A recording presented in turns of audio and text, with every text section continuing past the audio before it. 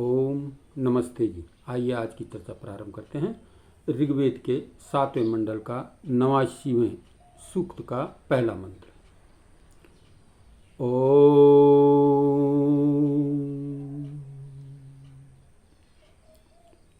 मूसु वरुणा मृन्मयी गृहं राजन्नहं गमं मृडाक्षुक्षत्र मृडय। हे राजन, हे सर्वप्रकाशक वरुण वर्णीय प्रभु, अहम मैं मृन्मया मिट्टी के बने हुए गृहम घर को शरीर को मां नहीं उ निश्चय ही सुगमम सुखकारक जीवन का लक्ष्य समझूं या मानूं। हे मृडा, मृडा मन सुख स्वरूप, सुख शक्त्र सब संकट निवारक, मृडया हमें सुख और शांति प्रदान करे। तो बड़ी ही सुंदर चर्चा इस मंत्र में है और इस मंत्र में प्रभु को सर्वप्रथम संबोधन किया गया है राजन। राजन यानी राजा, और राजा जो संपूर्ण अपने प्रजा का पालन करता है।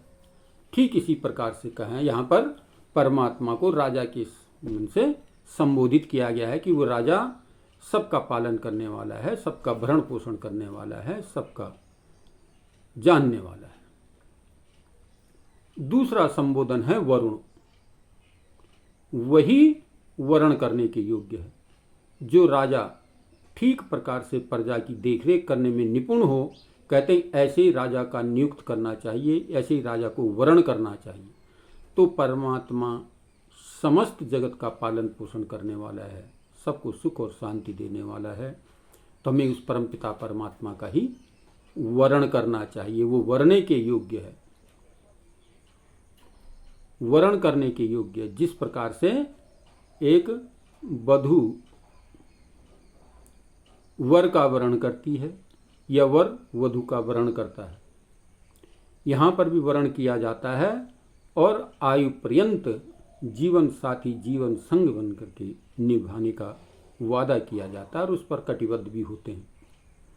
तो ठीक इसी प्रकार से यहाँ पर ये परमपिता परमात्मा को वरुण शब्द से प्रेरित किया गया है कि वो वर्ण करने के योग्य है और उसको अपने जीवन भर अपने जो चीज़ वर्ण की जाती है उसको अपने आयु पर्यंत अपने साथ रखा जाता है। उसका जो है आदर और सम्मान किया जाता है, उसको अपने जीवन का अंग संग बनाया जाता है। तो कहता है हे सर्व प्रकाशक, हे राजन, आप वर्ण करने के योग्य हैं। मैं अहम, मैं मृन्मयम, क्या है? इस मिट्टी के बने हुए शरीर को, गृहम घर को, ये मिट्टी से बना हुआ जो मेरा शरीर है, घर है, इसको मान ही निश्चय ही सुख कारक, इसको सुख का कारण न समझूं, जीवन का लक्ष्य न समझूं कि ये मेरे जीवन का लक्ष्य है। आज की व्यवस्था अधिकांश यही है, बस शरीर मिल गया, इसी के भरण पोषण में चाहे कुछ भी करना पड़े, कैसा भी करना पड़े, खाओ पियो मौज करो, और बस यही जीवन का सार है। तो ये जीवन का सार नहीं। कहते इसको मैं सुख का कारण न समझूं, इसको अपने जीवन का लक्ष्य न समझूं। ये तो एक किस्म से, एक प्रकार से, जिस प्रकार से नदी पार करने के लिए नौका मिलती है, ये तो हमारी नौका है। ये पंच तत्व से बना हुआ शरीर, ये हमारी नौका का काम करता है। इस नौका में बैठ करके ये जीवात्मा अपने लक्ष्य को, मोक्ष को प्राप्त करने का प्रयत्न करती है। तो इस नदी को पार करके आचार और विचार की चप्पू चला करके अपने आचार विचार को शुद्ध और पवित्र करते हुए जब हम आगे बढ़ते हैं, तो कहते हैं मैं इसको सुख कारक न समझूं, इस पंच तत्व के शरीर को, इस मिट्टी के बने हुए शरीर को जो है अपने जीवन का लक्ष्य न मान करके मृडा, फिर यहाँ पर कहा मृडा सुख स्वरूप, परमपिता परमात्मा क्या है? सुख स्वरूप है।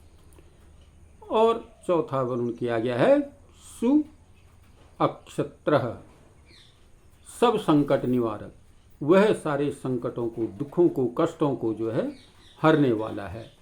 वह परमपिता परमात्मा सर्व दुखों को हटने वाला है। मृदया, हे प्रभु आप संपूर्ण दुखों का हरण करने वाले हो, मुझे भी जो है सुख और शांति प्रदान कीजिए। मेरे जीवन में सुख हो, शांति हो, किसी प्रकार का भी दुख और अशांति मेरे जीवन में न हो।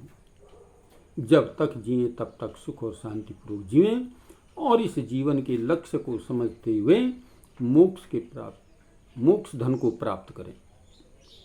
तो इस मंत्र में 4 प्रकार से संबोधन परमात्मा का किया गया है कि वो राजा है, वह वर्ण करने के योग्य है, वह सुख स्वरूप है और वह सब संकटों का हरण करने वाला है।